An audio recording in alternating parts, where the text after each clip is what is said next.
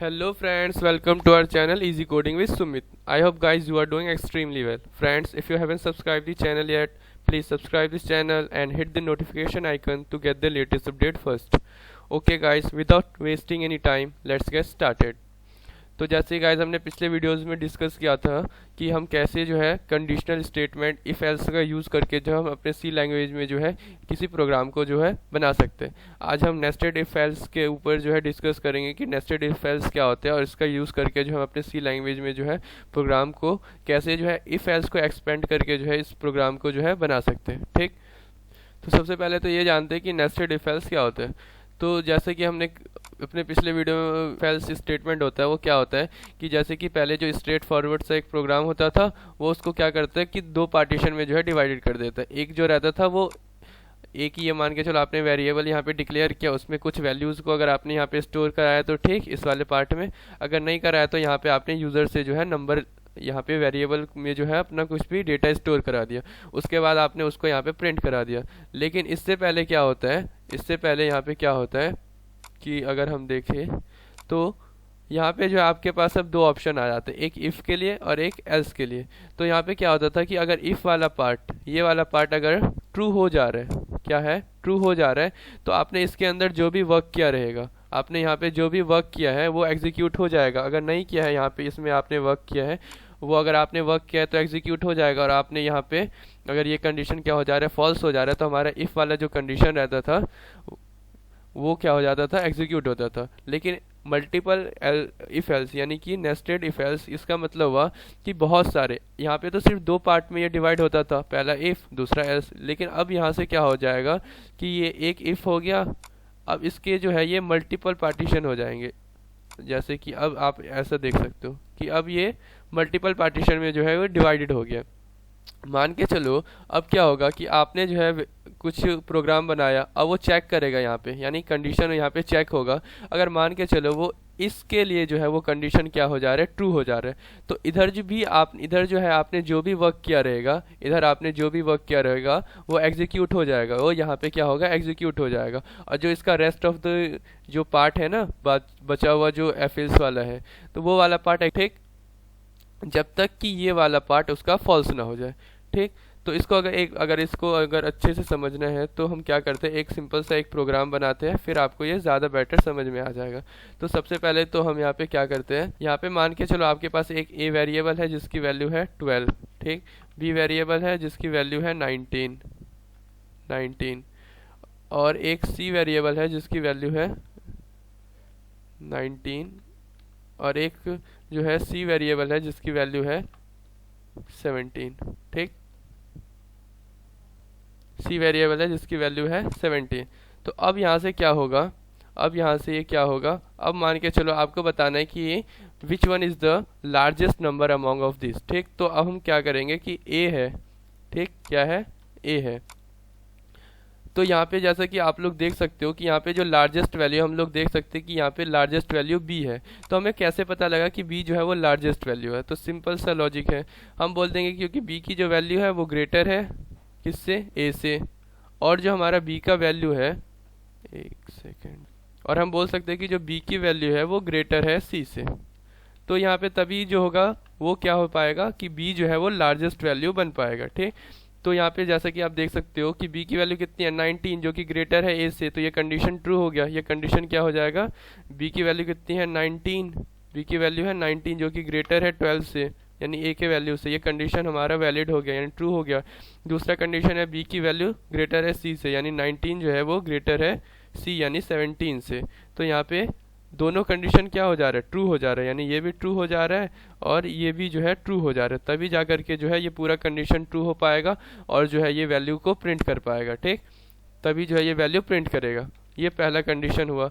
अब मान के चलो कि ए की वैल्यू सबसे ग्रेटर रहती है, ए को हम 22 कर देते हैं, तब हम कैसे तो हम क्या बोलते हैं कि हम बोलते हैं कि ए की वैल्यू है वो ग्रेटर है बी से, और जो ए की वैल्यू है वो ग्रेटर है सी से भी, तभी जा करके जो है ए जो है वो ग्रेटर वैल्यू हो पाएगा, ए की वैल्यू जो है सबसे ज़्यादा लार्ज हो पाएगी।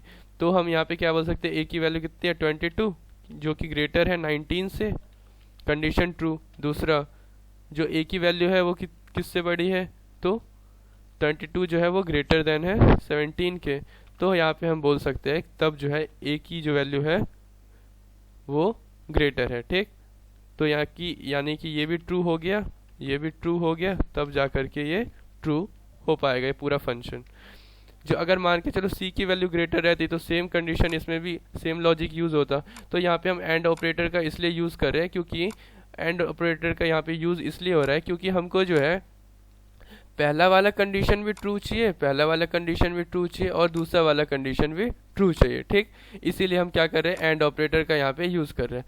अगर इसको जो हम अपने प्रोग्राम में बनाए तो सबसे पहले तो हम एक हेडर फाइल ले लेंगे हैश इंक्लूड stdio.h। ठीक, फिर हम यहाँ पे एक मेन सेक्शन जहाँ पे हम क्या करेंगे कि वैल्यू को डिक्लेयर कर देते हैं। तो हम printf करके सबसे पहले तो यहाँ पे वेरिएबल को डिक्लेयर कर देते हैं। हमने एक इंटीजर लिया a, b और c करके हमने यहाँ पे तीन इंटीजर डेट टाइप के वेरिएबल्स को यहाँ पे हमने ले लिया। फिर हम यहाँ पे बोल देंगे यूज़र को कि enter the number for a, b and c। ठीक, हम बोलेंगे a, b और c के लिए जो है नंबर यहाँ पे एंटर करो। ठीक, तो अब हम यहाँ पे जैसे कि हमने यहाँ पे printf कहा तो हमने कहा कि a के लिए सबसे पहले नंबर डिक्लेयर करो, तो हम यहाँ पे बोल देते a इज इक्वल टू, तो हम सिंपल बोल देंगे a। ठीक, फिर हम ये t का साइन दे देते हैं हॉरिजॉन्टल लाइन के लिए। फिर हम यहाँ पे scanf फंक्शन का यहाँ पे यूज़ करेंगे, scanf फंक्शन का यूज़ करेंगे। तो ये हमने मॉडुलस d लिया। ठीक, उसके बाद जो है हमने किस में आपको स्टोर कराना है, तो हमने a में जो है यहाँ पे स्टोर करा दिया। a में क्या किया हमने यहाँ पे स्टोर करा दिया। ठीक, फिर printf और यहाँ पे हम बोल सकते हैं न्यू लाइन।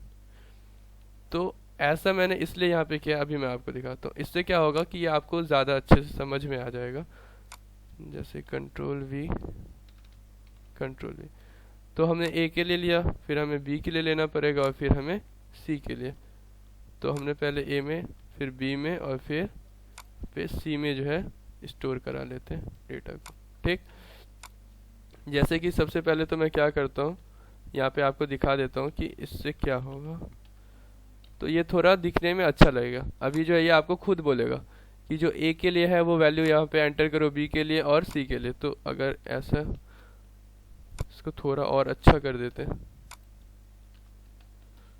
कंट्रोल एस से, अब देखो क्या होगा यहाँ पर। तो ये अभी जो है ये खुद बोलेगा, जैसे कि ये बोला कि a के लिए जो है यहाँ पे नंबर एंटर करो, तो हमने यहाँ पे a के लिए जैसे 13 कर दिया। फिर ये बोलेगा b के लिए, तो b के लिए हमने जैसे 23 कर दिया और c के लिए तो जैसे c के लिए हमने यहाँ पे 20 कर दिया। ठीक, तो ये था अभी ये इनपुट लेने का। ये थोड़ा दिखने में अच्छा लग रहा है। अब मतलब जो यूज़र रहेगा उसको पता लगेगा कि हाँ हमने a की वैल्यू ये डाली है, b की वैल्यू ये और c की वैल्यू ये, इसीलिए। ठीक, तो ये हमने क्या किया a, b और c में जो है हमने डेटा स्टोर करा दिया। अब हम क्या करेंगे इफ़ कंडीशन का यूज़ करेंगे, जिसमें हम बोलेंगे कि जो a की वैल्यू है क्या है, a की वैल्यू है अगर ग्रेटर है, a की वैल्यू अगर बड़ी है किससे, b से, और a की वैल्यू जो है अगर ग्रेटर है c से, तो मतलब यहाँ पे जो है क्या हो जाएगा, तो हम यहाँ पे printf करवा सकते हैं कि a value has greater the other values। ठीक, ये हमने यहाँ पे लिख दिया। हम क्या करते हैं ना कि इसको कॉपी कर लेते हैं क्योंकि आगे सभी के लिए काम आएगा। ठीक, अब हम क्या करेंगे एक एल्स इफ का पार्ट लिखेंगे, एल्स इफ का पार्ट, जिसमें हम बोल देंगे कि अगर b की वैल्यू जो है वो ग्रेटर है c से, b की वैल्यू अगर ग्रेटर है c से और b की वैल्यू जो है वो ग्रेटर है a से। ठीक, तो यहाँ पे हम बोल सकते हैं, तो हम बोल सकते हैं जो b की वैल्यू है, जो वैल्यू b में स्टोर है वो सबसे यहाँ पे बड़ी है। ठीक, या फिर अगर ये दोनों ही सही नहीं हो रहा है, मतलब एल्स पार्ट आ जाएगा। तो जहाँ पे एल्स पार्ट में क्या होगा, अगर a बड़ा नहीं है b बड़ा नहीं है तो मतलब c है।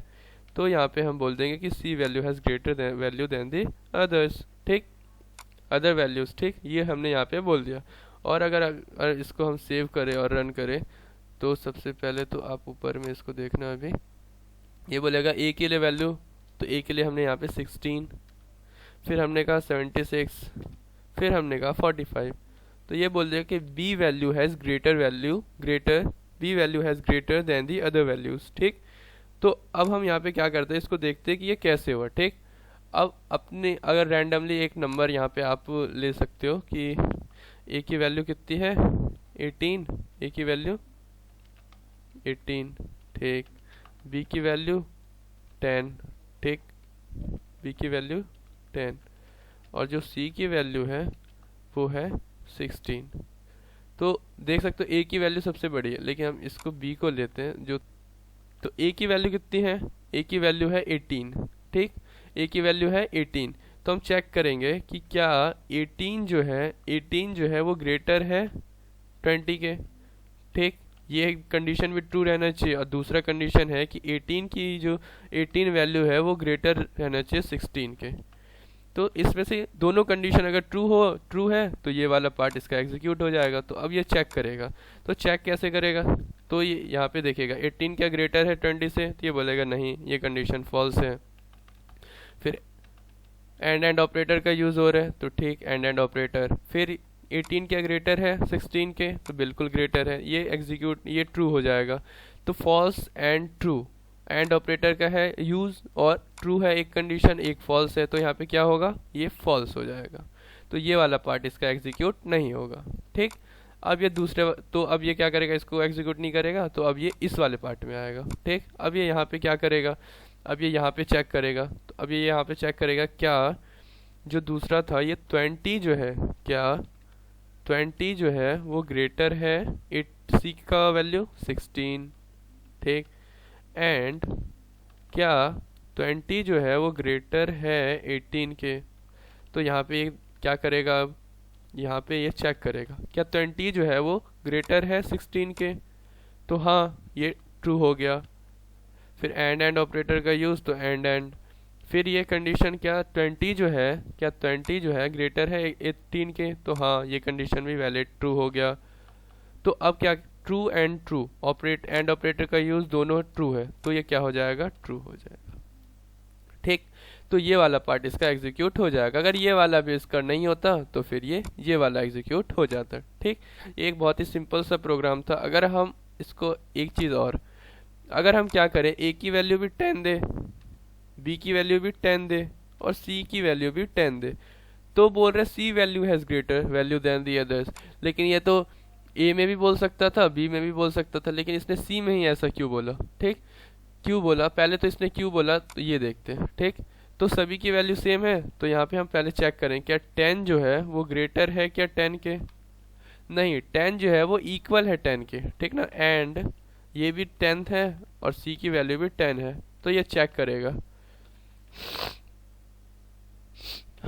10 जो है क्या ग्रेटर है 10 के, तो नहीं, फॉल्स, 10 तो इक्वल है ना 10 के। ठीक, क्या फिर इसके लिए चेक करें क्या 10 जो है ग्रेटर है 10 के, तो नहीं, तो ये कंडीशन भी फॉल्स। तो दोनों अगर फॉल्स है तो हमारा जो ये एंड ऑपरेटर जो रहता है वो बोलता है कि अगर दोनों कंस्टेंट फॉल्स है तो ये फॉल्स हो गया पूरा कंडीशन, तो ये फॉल्स हो गया। ठीक, सेम टू सेम इसके लिए भी वही होगा। इसी को हम बस कॉपी कर लेते हैं यहाँ पर, कंट्रोल सी कंट्रोल वी। ठीक, तो ये कंडीशन भी पूरा फॉल्स हो जाएगा। तो क्या एल्स वाला पार्ट कब यूज़ होता है, कब यूटिलाइज इसका हम करते हैं, तो जब इसका प्रीवियस वाला जितना भी इसका फंक्शन था, यानी प्रीवियस वाला इसका जितना भी कंडीशन था वो अगर फॉल्स हो जाए, तब जाकर के एल्स वाला पार्ट एग्जीक्यूट होता है, और इसलिए इसने यहाँ पे ये प्रिंट कर दिया। ठीक, अगर वहीं हम यहाँ पे ग्रेटर देन का सिंबल दे देते कि अगर ए की वैल्यू अगर ग्रेटर है बी से या फिर उसके इक्वल है, तो 10 की वैल्यू क्या ग्रेटर है या इक्वल है, तो हाँ 10 की वैल्यू ग्रेटर या इक्वल है, तो ये वाला कंडीशन इसके लिए क्या हो जाता है, यहाँ पे ट्रू हो जाता, और ये भी क्या हो जाता, ट्रू हो जाता, और ये भी क्या हो जाता, फिर ट्रू हो जाता। ठीक, फिर तो ये वाला भी इसका ट्रू हो जाता, फिर तो हम इसके लिए भी बोल सकते हैं ना कि ये भी ट्रू हो जाता, और ये वाला भी पार्ट भी इसका ट्रू, तो ये भी ट्रू हो जाता, और ये भी ट्रू हो जाता, और ये भी ट्रू हो जाता, फिर एल्स वाला पार्ट भी ट्रू हो जाता। यानी ये तीनों पार्ट तीनों जो ये पार्ट में जो ये क्या है पार्टीशन है ना, ये तीनों जो है ट्रू है। तो अब ये कौन सा रन करेगा, तो अब ये जो है क्या करेगा, सबसे ऊपर वाला जो है वो रन करेगा। जैसे कि अगर हम यहाँ पे इसको देखें, ए की वैल्यू हमने यहाँ पे जैसे 23 और 23, तो ये बोलेगा A value has greater than the other value.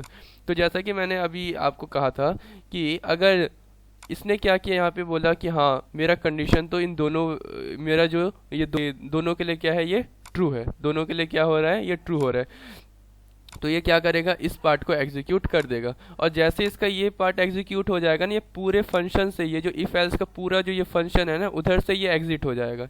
उसके बाद ये इसके लिए चेक नहीं करेगा, इसके लिए कब चेक करेगा, जब इसका ये वाला पार्ट इसका क्या हो जाए, फॉल्स हो जाए, तब जा करके उसका ये वाला पार्ट जो है वो चेक होगा। ठीक, अगर यही यहाँ से ट्रू हो जाता है तो उसके बाद ना वो इधर आएगा ना इधर आएगा, वो क्या करेगा, इसको प्रिंट कर देगा और ये एग्जिट हो जाएगा, वहाँ से क्या हो जाएगा, एग्जिट हो जाएगा।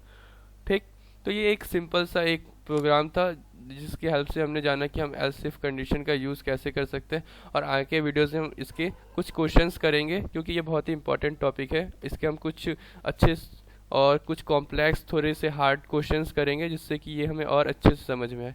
अगर गाइज आप लोगों को वीडियो पसंद आए तो प्लीज़ वीडियो को लाइक करें और चैनल को सब्सक्राइब करें। Okay guys, thank you.